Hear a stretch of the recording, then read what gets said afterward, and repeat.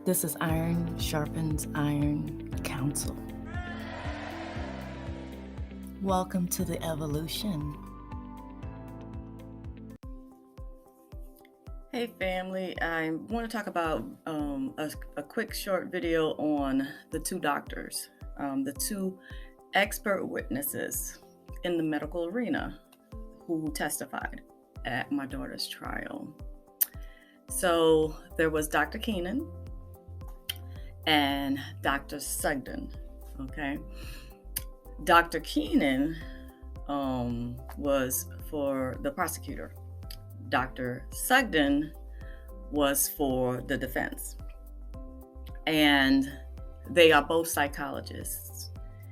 So Dr. Keenan, let's just say his evaluation was lacking severely. I don't know how we can even label him a credible witness or an expert witness because he failed to conduct personal interviews with people who knows my daughter, who knew my daughter, knows my daughter. I'm talking about family members. I'm talking about co-workers. I'm talking about neighbors, people who knew her before the tragic events. Okay.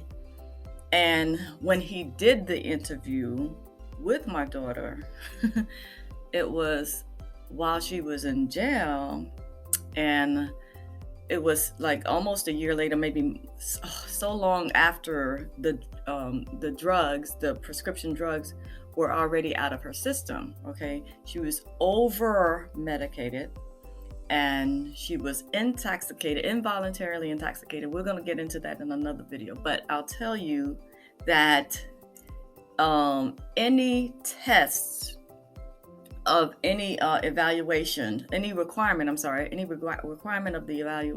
evaluator is it's supposed to be conducted in a thorough manner to include interviews of the individual's background of family, and you're gonna only get that from family members. Long story short, Dr. Sugden did all of that, and then he even went over and above and beyond. I have both reports. I will have both reports for you. I'm in the process of building a new site, like a hub site where all of the evidence will be presented, because I make it a habit of saying things that I can prove, and I make it a habit of not saying things that I cannot prove, because I know that I'm dealing with an abundance of fraud, and I have to make sure that I have all of my ducks in a row. So so the prosecutor also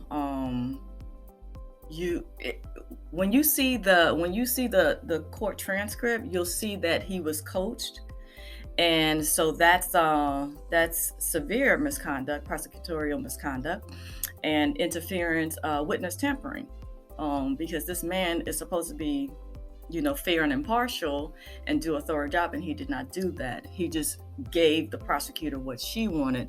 That is not in the interest of justice. That is not in the interest of the truth being revealed. And when you read Dr. Sugden's evaluation, he talks about the errors that was made by Dr. Keenan. He said, you're not supposed to interview or make a decision on the person's mental capacity at the time of the interview. You're supposed to evaluate what your opinion is at the time of the offense or at the time of the incident.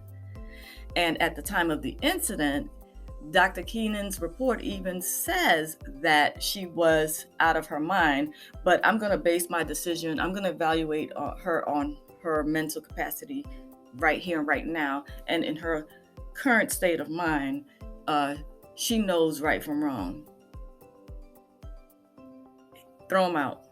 He should never be permitted to call himself an expert witness. That's just the most ridiculous caca I have ever heard in my life. But it passed. It passed muster. But guess what?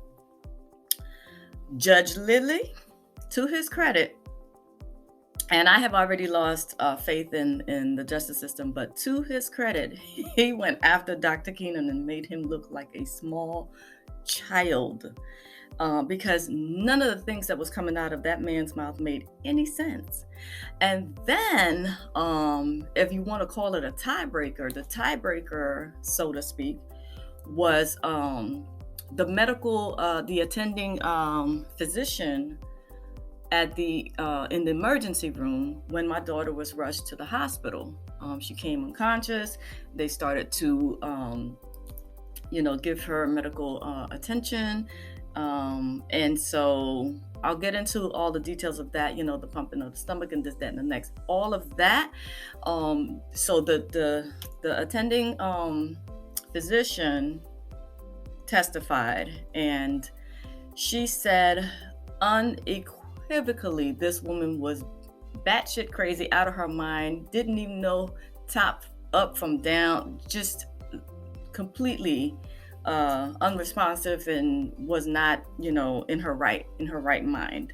So you have a psychologist who did a thorough evaluation. You have the medical physician who attended to the woman, the accused woman, that said she was insane, out of her mind, temporarily out of her mind, because they did a toxicology report, and she's my daughter. Every time I think about it, I get a little choked up, but there's no time for tears. Okay, I cried a river already. I don't have any more tears. But basically, the amount of prescription drugs in her system, or the amount, to put it more clearly, the amount of prescriptions that she was prescribed could have killed her.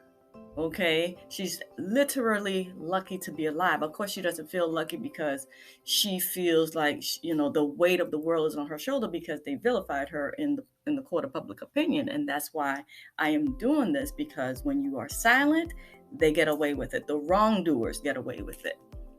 So we have a situation where I have remained silent too long. I am silent no more. This is a peaceful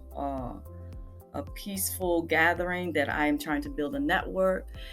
I need you, you need me. We need each other to band together, because what happens when the people who are supposed to uphold the law breaks the law?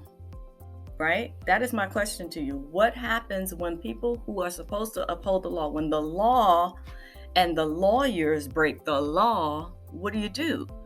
Well, that's what I'm doing right now. I'm appealing to you as the public. I'm the public, you're the public. They work for us, and when we band together, we have a big enough voice that they cannot ignore. So check the video description box for important links, and I'm going to add a couple more clips here, and I'm just going to wrap this up because I want to make these some very, very short clips, and I will give you all of the tools, all of the references, all of the information, so that you can make an informed decision based on the actual truth, and what and steps to move forward. Okay, I'm on a mission to make this very, very public. I'm on a mission to make this awareness spread far and wide, because if I can help, if you can join me in preventing this tragedy and family tragedy and travesty of justice, if that can be prevented for anyone, not another family should go through this, then we would have succeeded. Okay, we can continue on this work, but we need to band together and build a strong nation. And anytime that we see these types of cases, that we can go and help these people and defend them and defend their honor, just like I'm trying to do here for my daughter. I will not rest until they clear her name and reverse the decisions, and perhaps even pursue she's going to get damages, don't get me wrong. That's a foregone conclusion. But I'm talking about, I want them in orange jumpsuits. But anyway, I'll see y'all. Thank y'all for the support. Thank you for supporting this channel. Thank you for supporting this cause. Make sure to spam the comments, hashtag clear her name, and we're going to get this thing going. Thank you. Check the video description box. All right, I'll see y'all in the next video. Bye.